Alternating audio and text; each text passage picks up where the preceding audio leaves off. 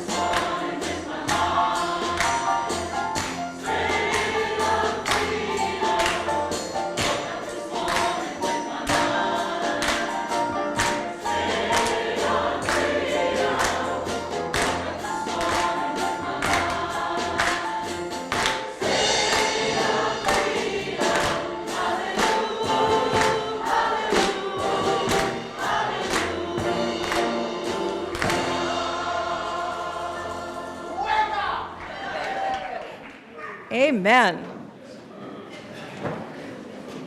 I love it when a New England congregation looks a little more lively like that. It's great. All right. So please rise as you are able, and supposed to say that right away, and join in saying our unison affirmation. And this morning, you'll notice we are going to say it first in English and then in Spanish. Love is the spirit of this church, and service is its law. This is our great covenant, to dwell together in peace, to seek the truth in love, and to help one another. El amor es el espíritu, es esta iglesia, y el servicio es su ley. Este es nuestro gran pacto, vivir juntos en paz, buscar la verdad en amor y ayudarnos los unos a los otros. Bien, gracias.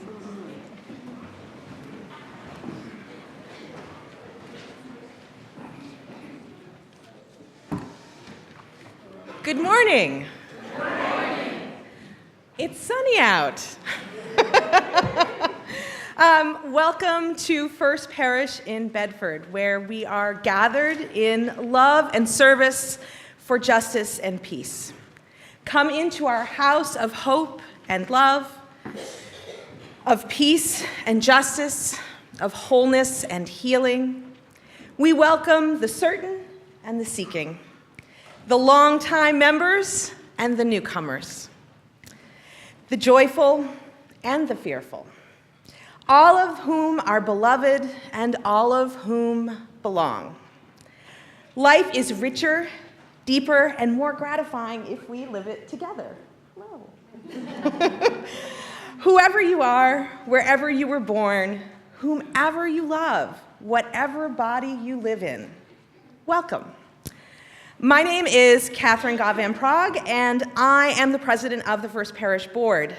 Today, we are looking forward to Lisa Perry Wood preaching for us for the first time. Yay. Our senior minister, I know, big round of... We always live with great hope.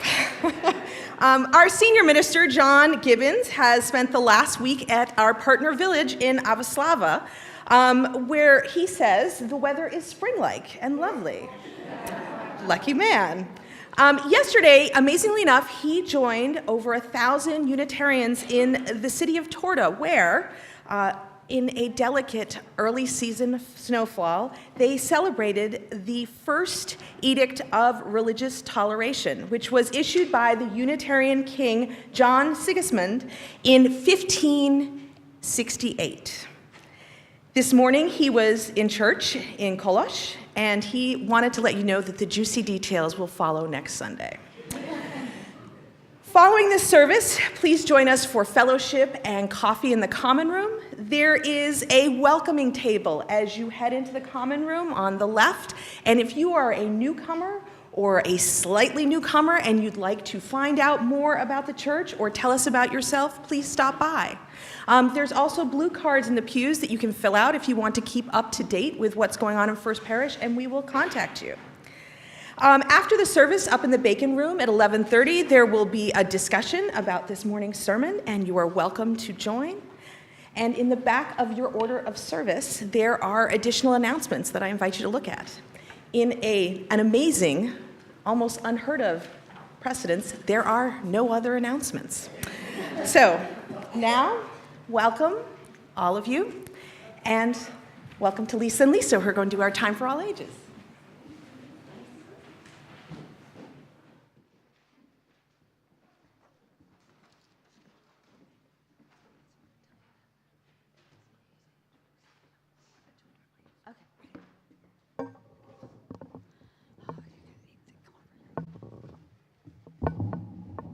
Logistical concerns here. Gotta come close. You start. Hi, Bunny. I haven't seen you for a while. What have you been doing? Hi, Blue. Well, I've been busy collecting seeds and nuts. Seeds and nuts? Are you working on some kind of an art project or something? No. You see, a family of fox have been moving into the neighborhood. Really? Are they going into Farmer Jones's garden, and are they upsetting and eating the cabbage now?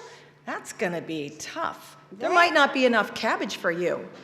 They are upsetting the neighborhood, but not because they're eating cabbage. The father fox is teaching the pups how to gather chipmunks and eat them. No!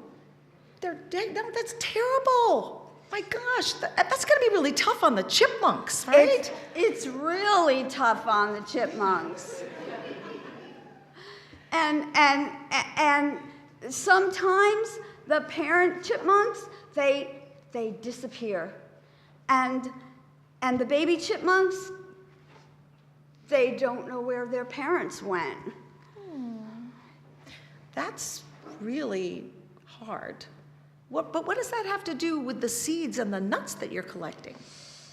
Well, you see, the squirrels and the rabbits, we're taking the chipmunks in, and we're taking them into sanctuary until the fox move out. Sanctuary, huh? You mean you're bringing them into the church? No, Blue. Sanctuary means that we're giving them a place that's safe to stay and out of danger until they're out of danger. Wow, Bonnie, that is quite a commitment. Well, yeah, it is, and it takes a lot of us to help. I'm collecting seeds and nuts because the parents can't go out there to get seeds and nuts themselves for the babies. So I'm doing it for them. Well, I could help with that, right? I mean, maybe there's even more that I could do. Oh, I'm sure there's more. Yeah, why don't you help me collect seeds and nuts now, and then we'll find out what more you can do. All right. Let's go. Let's go.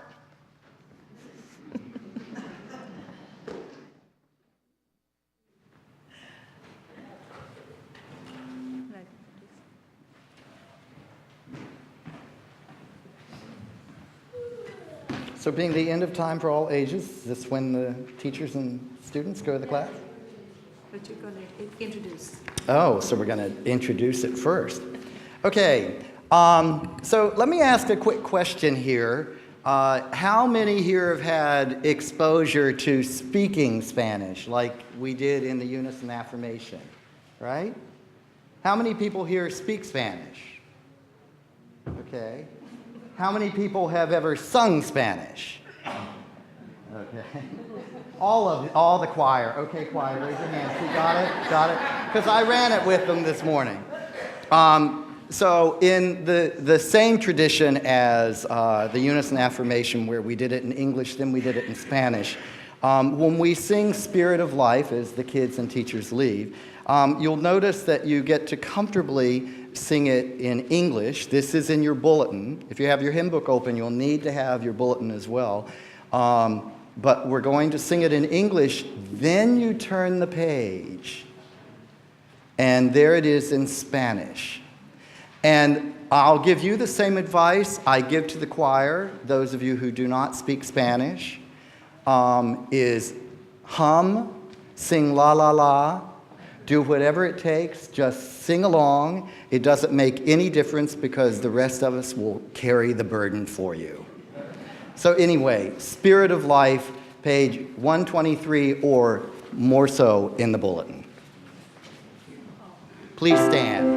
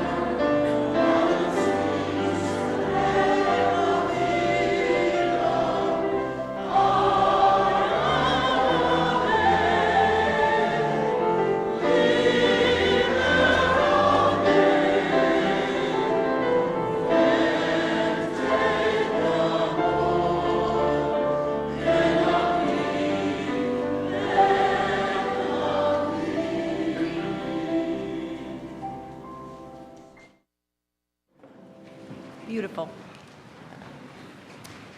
So this morning, I have invited my new friend, Tony Rodriguez. Some of you may know Tony. He's actually a member of First Parish Concord, so we are borrowing him with permission this morning. And thank you so much. And we are going to introduce what we're going to be reading. Shall I go first? Yeah. So this is a poem by Sonia Ginasaka. She is a queer migrant poet, a cultural organizer, and an activist from Harlem by way of Ecuador. Este es un poema escrito por Sonia Guñasaca. Es una poeta inmigrante, organizadora cultural y activista. Vive en Harlem, Nueva York, y nacida en el Ecuador. And the poem is called Bursting of Photographs After Trying to Squeeze Out Old Memories. They don't tell you this when you migrate. Old Polaroids are never enough. You are left tracing the silhouette of your grandparents, of whatever is left of them. How many years has it been? 5, 10, or 20? It's been 20. 20. In those 20 years, you have been asked to hide your accent, sew your tongue, so that no more errors roll out. Straighten up, so that white Jesus accepts you, so that the lawyers help you. Dig out the roots of your home from underneath your nails. Cut your trenza, pledge allegiance to the flag, and when you cannot, each thread will cut through every inch of you to teach you your kind was not meant for this country. Dad told you that they will measure your success based on how smart you could be. So you tried to be smart. Books after books, you chased vocabulary for value. Legislation to give you meaning. Yes, sir, I am a skilled worker. Yes, sir, I can contribute. No, sir, I haven't committed any crimes. Pinned against one another. You remember that your mother almost didn't make it through the border or any legislation this time around. She won't make it into health care packages. She won't be remembered during press conferences. She will be dissected. Research, how much she doesn't belong, will be published. They don't tell you this when you migrate. The words of our offering are from Eric Walker Wickstrom. It's said that we should give cheerfully, but we will accept gifts from a grouch just as well. As we prepare to collect the offering, let us look not only into our wallets and checkbooks, but into our hearts to see what is there. How much love, how much generosity, how much faith, how much gratitude, how much hope. And let us make our offering from that account. The offering will now be freely given and received.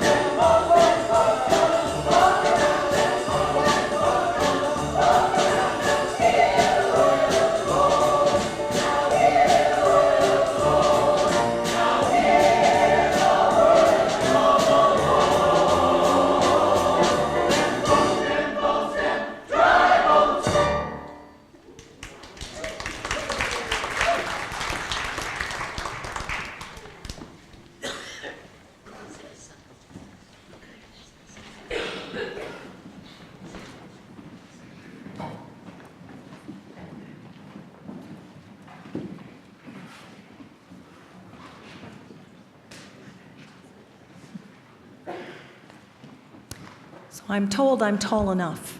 Who knew? Oh, so much up here.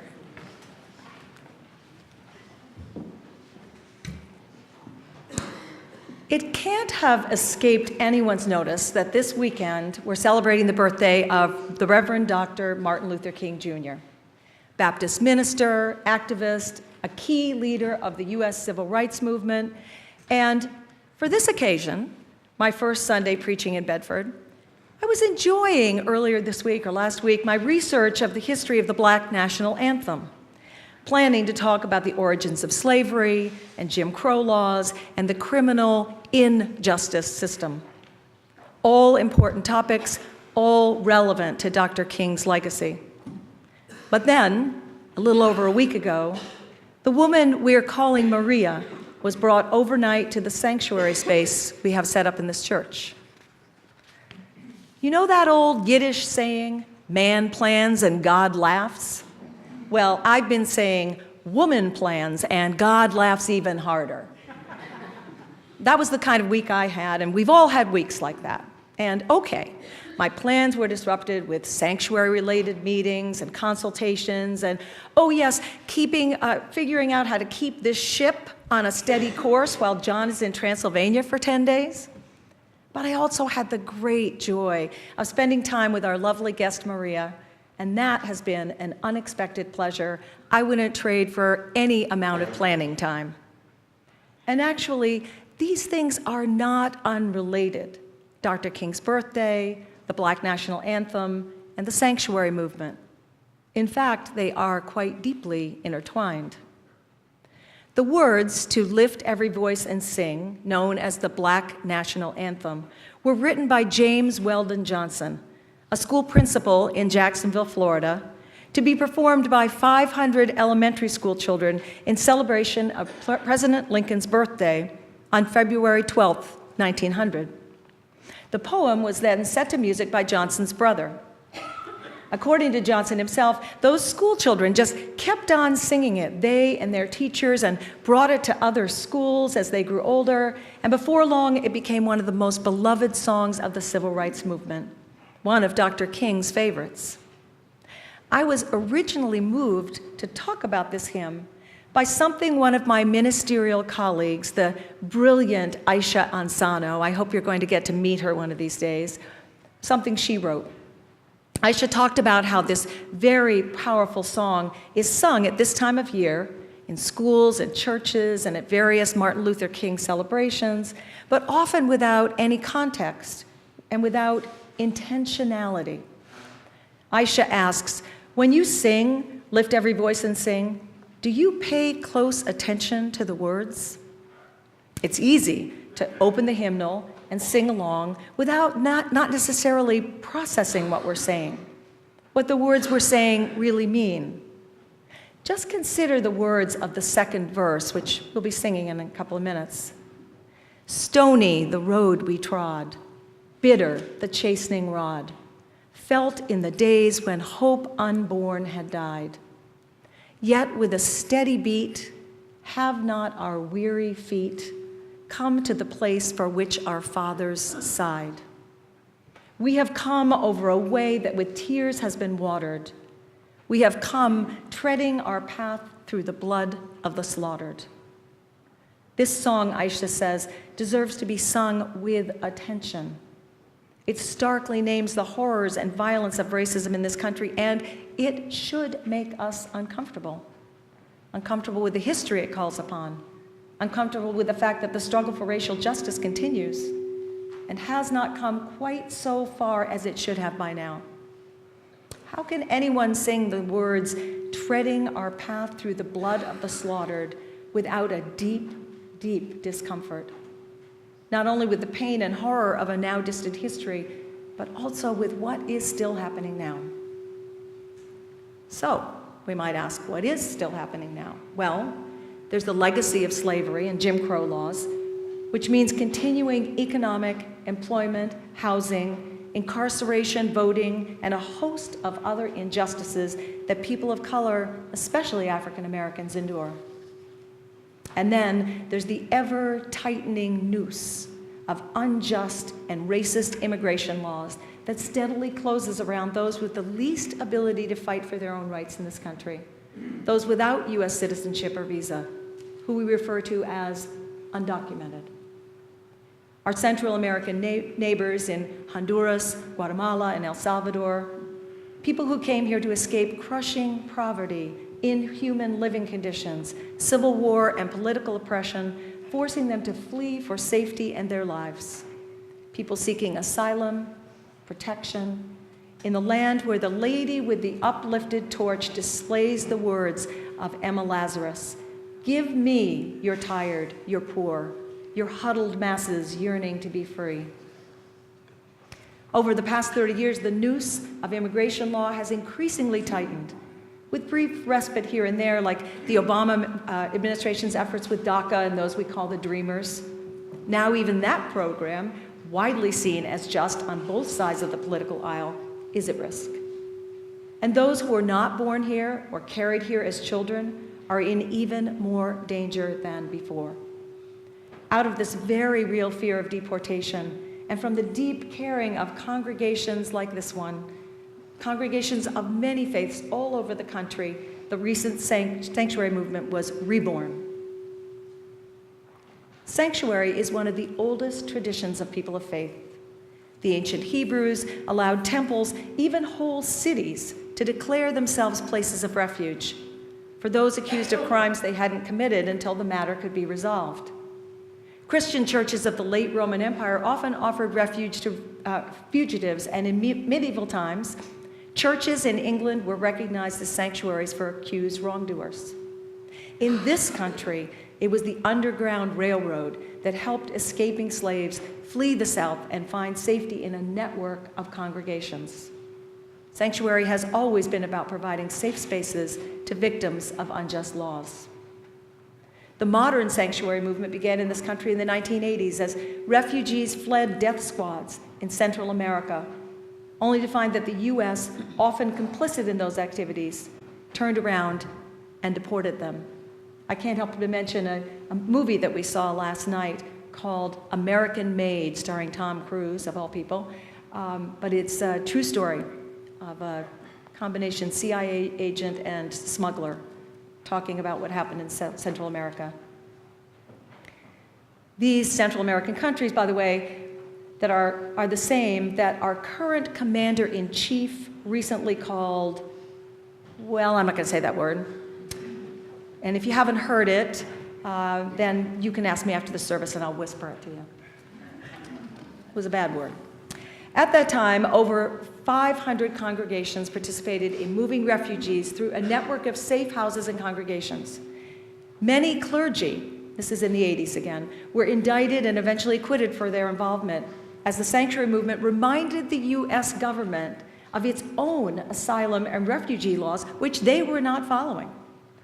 In the past 18 months, and especially after last January's executive order on immigration, there has been increasing fear in immigrant communities, widespread protest, and a deep sense of uncertainty.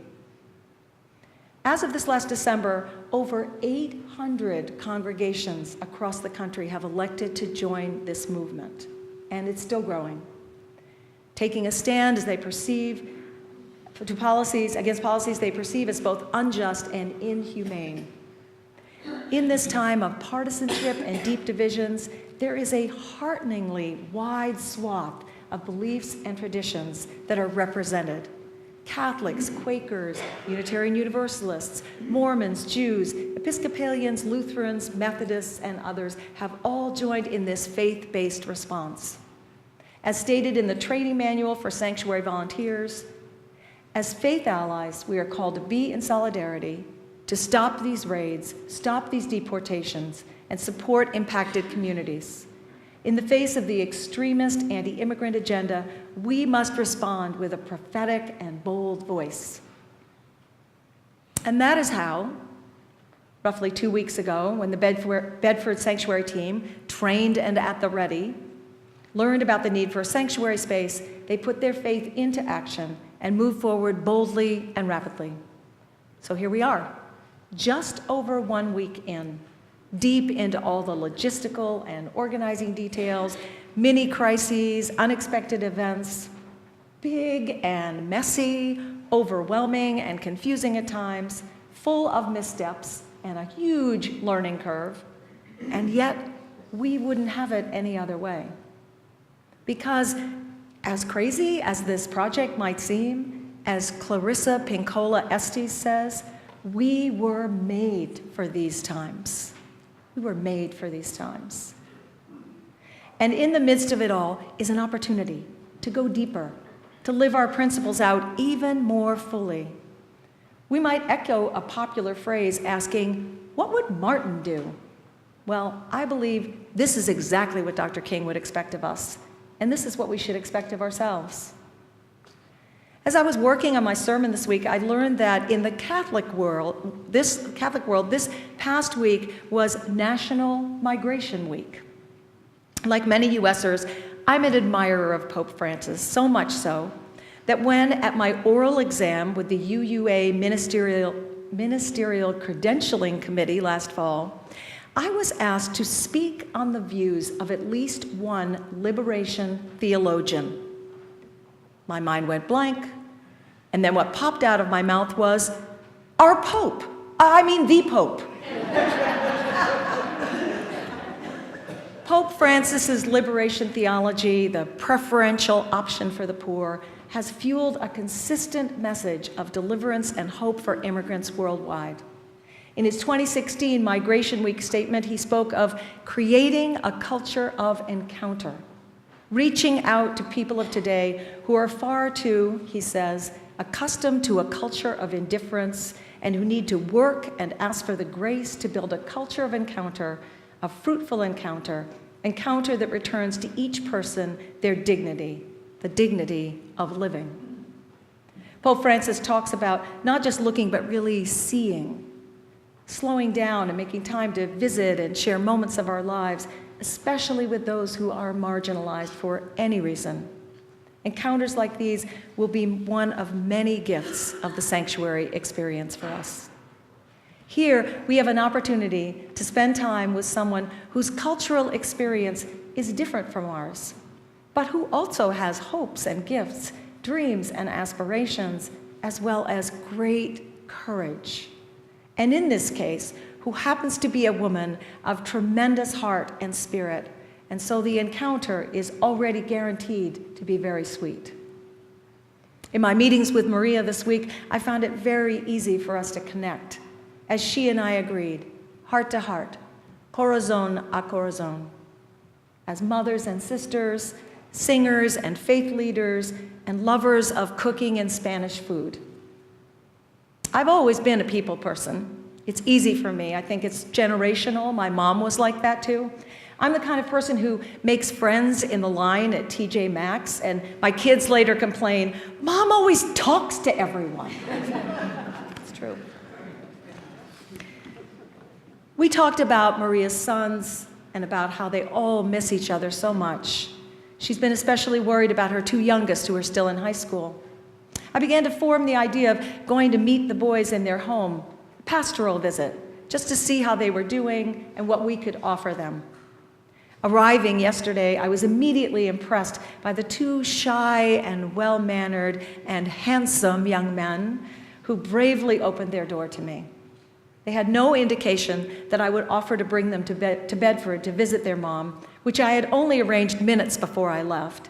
But they eagerly accepted my offer, trustingly, got into my car, and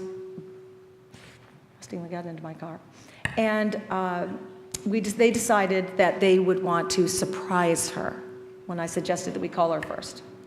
Of course, we talked in the car all the way back to Bedford. I am me, right? And I fell in love with them too. Encounters like these will change us and move us to take unexpected actions.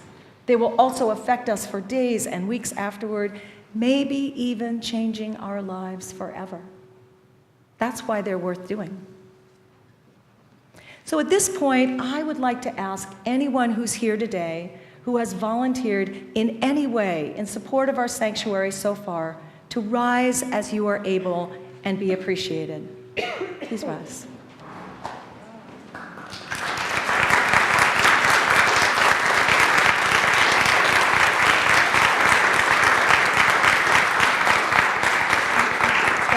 Stay. Thank you for your generosity, your devotion, and your hard work. More will be asked of you. More help is still needed. But in this moment, thank you on behalf of Maria and her family and this whole community for what you have given. And now I offer this blessing for our work together. Spirit of life, Holy of holies, God of many names and no name, be with us as we move in the direction that our faith is leading us, into the unknown, guided by our commitment to love and service. We ask for blessing on the work of all the hands and hearts who support our sanctuary, whether from within our congregation or from the many other congregations supporting our work. May all who walk the path of sanctuary, whether as guest or host, as friend, family, or community member, feel blessed in their efforts, and may the love and dedication of their actions be returned to them in 1,000 beautiful encounters this day and every day. Amen, and blessed be. And now we're about to sing hymn number 149, Lift Every Voice and Sing. Aisha, who I mentioned earlier, asks us to sing this song with intentionality, to join her as a woman of Afro-Caribbean heritage in feeling the deep discomfort that she and her brothers and sisters feel in singing these words. In other words, to have an encounter with the deep meaning of these verses. And now will you lift your voice and sing until earth and heaven ring with the harmonies of liberty. Please rise in body or spirit and join in singing hymn number 149.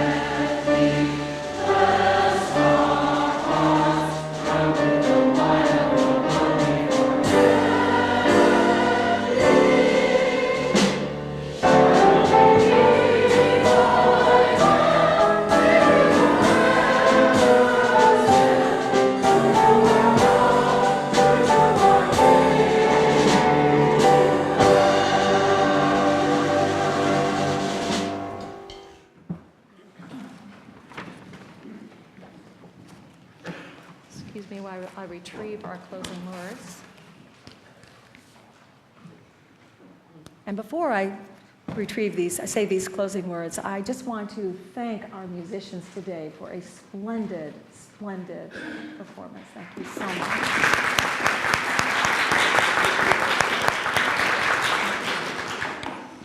My friends, there is a power at work in the universe. It works through human hands, but it was not made by human hands. It is a creative, sustaining, and transforming power, and we can trust that power with our lives. It will sustain us whenever we take a stand on the side of love, whenever we take a stand for peace and justice, whenever we take a risk. Trust in that power. We are together, held by that power. Amen.